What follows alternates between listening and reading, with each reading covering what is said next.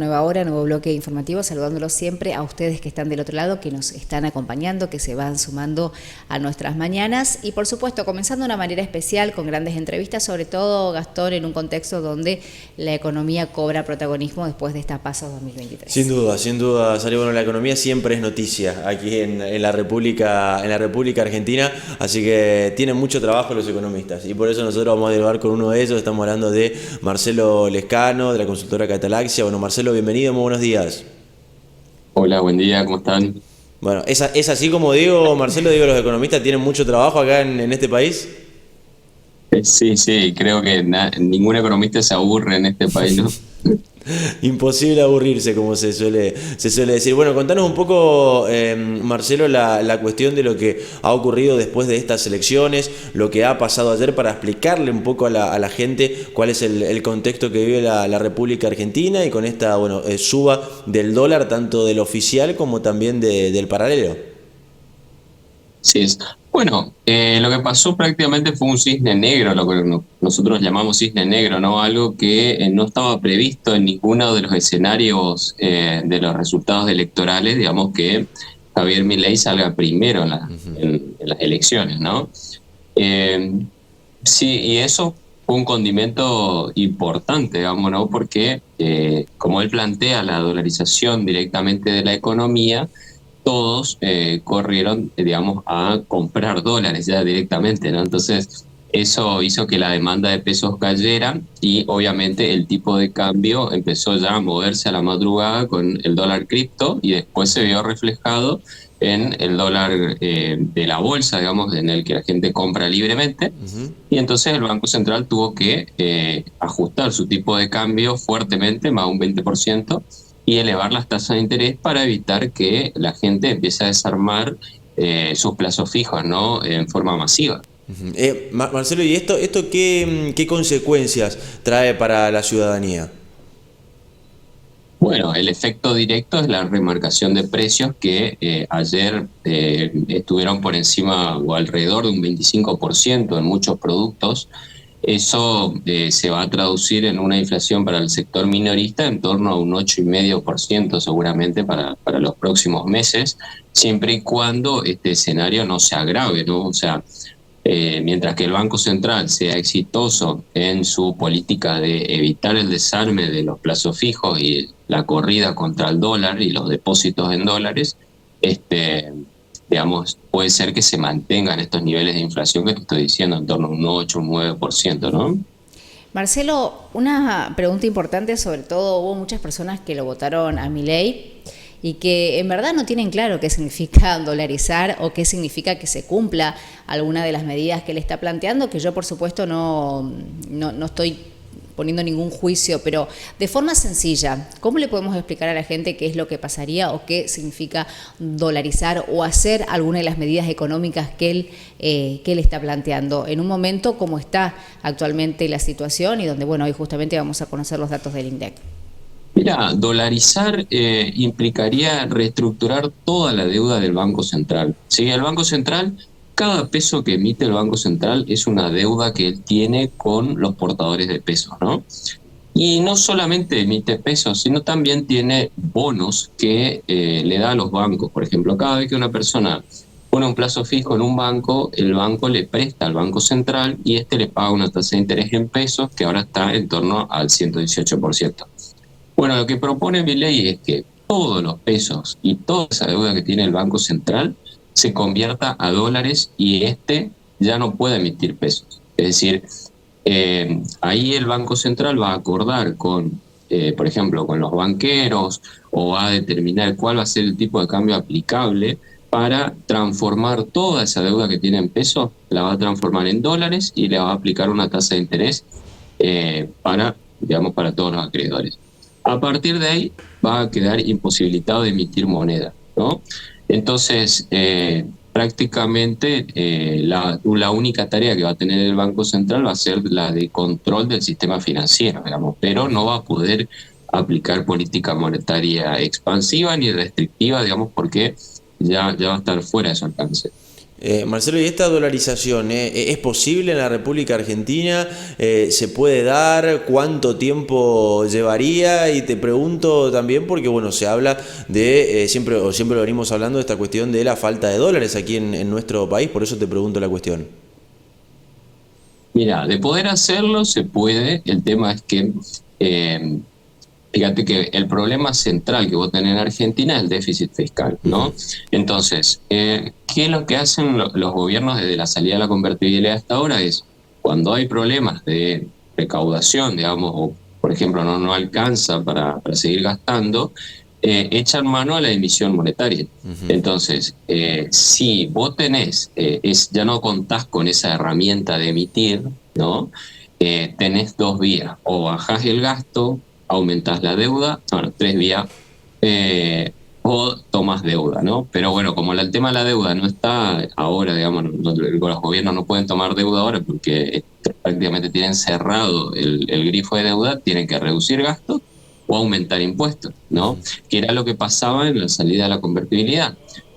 O tenían que subir los impuestos y bajar los gastos, entonces se nota mucho más, ¿no? Que te están cobrando un impuesto o te están sacando un beneficio. Sin embargo, cuando hay inflación, digamos, cuando el gobierno puede emitir, los efectos se notan en el mediano y largo plazo.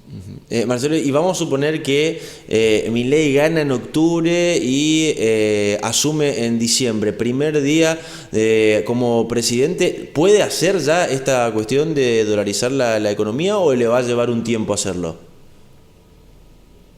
No, creo que va a llevar un tiempo, no va a ser inmediato porque, como te digo, o sea, tiene que hacer una reestructuración de la deuda del Banco Central, eso se tiene que acordar con los banqueros, por ejemplo.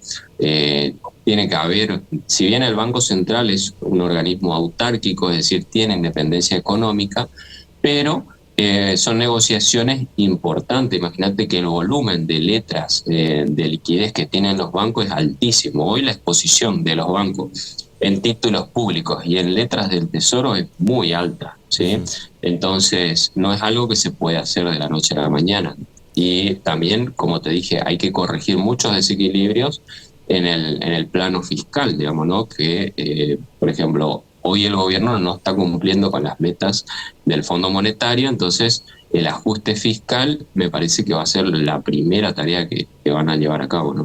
Sí, esa era la siguiente pregunta que te quería hacer. Si se toman medidas con estas características, ¿qué pasa? Bueno, con todo lo que nosotros le debemos al Fondo Monetario Internacional y a otros entes internacionales, porque realmente nosotros, lo hemos hablado en entrevistas anteriores, estamos pidiendo dinero para poder pagar, pero eso son intereses que a largo plazo tenemos que seguir negociando y ponernos al día con esas deudas. ¿Pueden llegar a perjudicar ese tipo de negociaciones? Claro, fíjate, hoy el gobierno lo que trata de hacer es mostrar, digamos, que está encaminado a tomar las decisiones que venía pidiendo el Fondo Monetario, ¿no? Por ejemplo, el hecho de, fíjate que las tarifas vinieron aumentando fuertemente. Nosotros pasamos de pagar, no sé, en promedio en una casa se pagaba 7.000 pesos la luz, hace no sé, 5 meses atrás, y ahora puede pagar tranquilamente 17.000 pesos, ¿sí? Sin subsidio, ¿no? Entonces, en ese marco, el gobierno empezó a recortar los subsidios y también empezó a aumentar la devaluación del tipo de cambio oficial. O sea, antes del salto de este lunes, el gobierno venía devaluando en torno al 11% mensual, mientras que la tasa de referencia estaba en un 7,5% mensual, ¿no?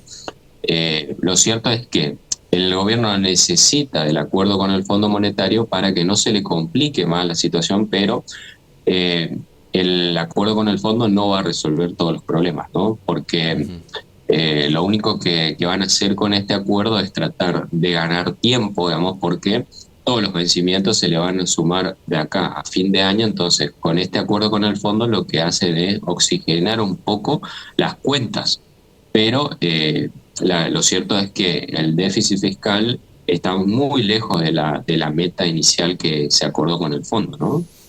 Marcelo, vos querés, a ver, después de lo que pasó el domingo con el triunfo de Milei en las elecciones y todo lo que pasó ayer lunes con la economía que estás contando, ¿crees que si el resultado hubiera sido otro, no sé, ganaba Massa o ganaba Bullrich o Larreta, hubiera ocurrido lo mismo el día lunes, o esto ocurrió específicamente por el triunfo de Milei? Mira, en las encuestas decía que iba a ganar Bullrich, ¿sí? Ujú, Y ella planteaba una salida inmediata del cepo, ¿no? ujú, Entonces nuestros pronósticos sabíamos que íbamos a tener volatilidad en el dólar, ujú, ¿sí? Lo que no sabíamos era, o sea, con este escenario, como te decía, nadie, en ninguno de los escenarios estaba que Milei salga primero. claro. Entonces, eso alteró todo porque generó mucha confusión. Nadie tenía previsto ese escenario. Entonces, fíjate lo que pasó ayer en las acciones. Las acciones argentinas ayer arrancaron en baja Ujú, y terminaron con fuerte subida al final de la rueda del mercado, ¿no? ujú. Es como que nadie estaba previsto, entonces, bueno, se tomaron un tiempo para asimilar la noticia y empezaron a recalcular qué sectores se van a ver beneficiados por la política de una o de otra, digamos, ¿no? Por ejemplo, sabíamos que las energéticas iban a seguir su curso normal de crecimiento, digamos, tanto por digamos, las empresas que están allegadas a Massa, como las que están allegadas al sector de Juntos por el Cambio, el ajuste de tarifa iba a ser positivo para esas empresas. Ahora, con este escenario, por ejemplo, las empresas que están ligadas a las exportaciones y más cerca, digamos, de que dependen de alguna regulación estatal para tener beneficios, son las que ayer caían fuertemente, ¿sí? Por ejemplo, el caso de Mirgor, que es una empresa ensambladora de, por ejemplo, de celulares en el sur de Argentina, depende exclusivamente del cierre del mercado, ¿no? Entonces, en un escenario como el ganador de Milei, por ejemplo, es negativo para una empresa de esas características, ¿no? Entonces, todo se tuvo que recalcular ayer. Bien. Marcelo, y algo mucho más cercano, porque estamos hablando, bueno, del Banco Central, del Fondo Monetario Internacional, pero vamos al día a día y sobre todo cuando nos damos cuenta que estamos en una situación económica donde en el día a día no llegamos en verdad, para comprar tal vez los productos que queremos, y todo esto se refleja, por ejemplo, ayer se confirmó que el programa Precios Justos se va a extender mucho más tiempo. También ayer acá en la provincia se anunció los superdías, tanto en farmacias como en supermercados. O sea, están buscando diferentes estrategias para que el bolsillo del argentino pueda llegar de la mejor manera a fin de mes, tratando de hacer justamente eso, buscando el menor precio posible en los alimentos, en farmacias. ¿Cómo va a continuar la economía de acá a fin de año en el día a día, sin irnos a organismos tan grandes y tratando de ver lo que va a pasar en la vida cotidiana, en la vida de nosotros? Sí, en el plano de las finanzas personales, lo ideal, como siempre digo, es la planificación del gasto, ¿no? La planificación del gasto para evitar gastar más de lo que tenemos y buscar precios. Hoy en este contexto de inflación, hay sectores que ajustan mucho más rápido los precios que otros, ¿no? Entonces, si nosotros hacemos un pequeño análisis, evitar ir a comprar siempre al mismo lugar, porque por ahí en ese sector, en ese lugar, por ahí estamos comprando caro, ¿no? O sea, hacer un pequeño recorrido de los lugares para comparar precios, ¿sí? Porque hay veces que el proveedor, digamos, llegó primero en un lugar y en ese lugar se ajustan los precios, en otro lugar no. Entonces, buscar distintos mercados, digamos, o sea, negocios para comprar, para abastecerse de productos sería lo ideal, ¿sí? Hay mucha dispersión de precios en este contexto de alta inflación, entonces vos te podés, como vos decías, ¿no? Tenés algunos beneficios en algunos lugares que te dan la posibilidad de tomar descuento, bueno, recurrir a esos lugares, ¿sí? Ahorrar, usar las aplicaciones de los bancos, por ejemplo, si vas a cargar combustible tal día, puedes ahorrar un 20, hacer un ahorro, todo ahorro mínimo va a servir, digamos, porque se va a ir acumulando, ¿no? Y siempre tener algo de ahorro, ¿no? Y Ujú. sobre todo, o dolarizarlo o invertirlo en un activo real, ya sean acciones, CDR, que te permitan cubrirte ante estos escenarios bruscos de devaluación, ¿no? Que no te agarren con un plazo fijo porque, como siempre digo, ¿no? El plazo fijo es jugar al fútbol con alguien que juega mejor que vos, entonces vos siempre estás yendo a empatar, pero la verdad es que te termina ganando la mayoría de las veces, ¿no? Entonces buscar activos reales para resguardar ese ahorro que tanto nos cuesta.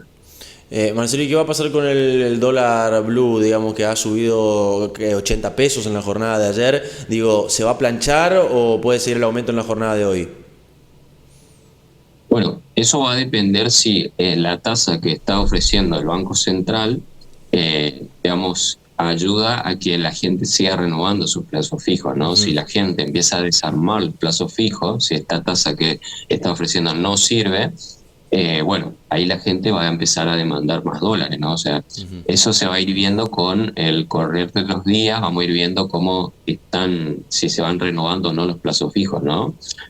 Porque automáticamente la gente va a ir a dolarizarse seguramente. Bien, bueno Marcelo, la verdad, muy claro todo lo que nos has explicado y se nos sacaba las dudas, no solo a nosotros, sino obviamente a la gente del otro lado, que es lo que nos interesa. Así que bueno, agradecerte la comunicación y seguramente estaremos en contacto en las próximas.